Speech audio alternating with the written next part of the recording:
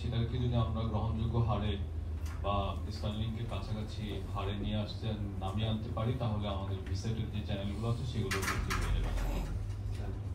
আর এর বাইরে আমরা নতুন একটা ডিটিএইচ লাইসেন্স উন্মুক্ত করার চেষ্টা করছি, যাতে করে ডিটিএইচ মার্কেটেও প্রতিযোগিতা তৈরি হয়।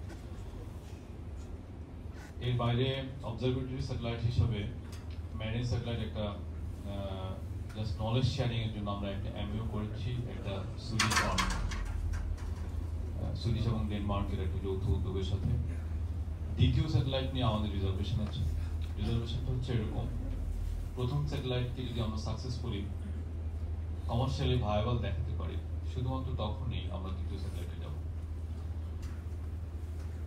বিভিন্ন দেশ থেকে আমরা কিছু প্রস্তাব পেয়েছি। একটা প্রস্তাব এরকম: 9টা অবজারভেটরি স্যাটেলাইট আমাদের দেশে আমাদেরকে বিক্রি করা হবে, 2টা বাইরে বিক্রি করা হবে এবং 7টা বাংলাদেশে প্রস্তুত করা হবে। টোটাল ইনিশিয়াল প্রাইস আননেগোশিয়েটেড 500 মিলিয়ন, 9টার দাম। যেখানে বঙ্গবন্ধু স্যাটেলাইট দামে যেটা উৎক্ষেপণ করা হয়েছিল, সেটা একটা দামে $500 মিলিয়ন বেশি। তো তারপরেও যা হওয়ার হয়ে গেছে, আমরা সেখান থেকে রিকভার করতে পারবো না, কিন্তু এই যে চ্যানেলগুলো এবং ট্রান্সপন্ডারগুলো সর্বোচ্চ বিক্রি এবং তার বাণিজ্যিক উপযোগিতা তৈরির জন্য আমরা নির্দেশনা দিয়েছি।